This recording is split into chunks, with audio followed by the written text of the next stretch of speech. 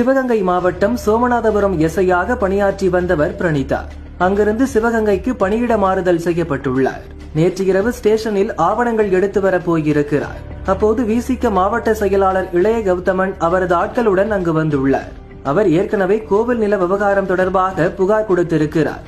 அதன் நிலை என்னவென்று எஸ்ஐ பிரணீதாவிடம் கேட்டு தகராறு செய்துள்ளார். 10 பேர் கொண்ட கும்பல் போலீஸ் ஸ்டேஷனுக்குள் அவரை சுற்றி வளைத்து தாக்கியுள்ளனர். இதனால் எஸ்ஐ பிரணீதா அங்கேயே மயங்கி விழுந்தார். இந்த பிள்ளைய பழிவாங்கன்ற நோக்கத்தோட ஒரு 10 பேர் அதுல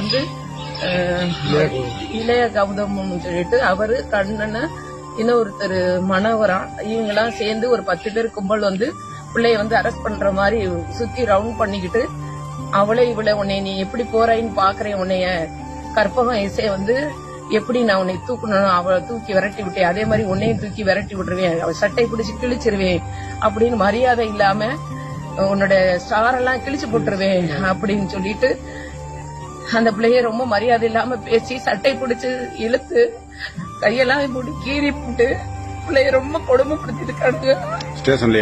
ஸ்டேஷன்லயே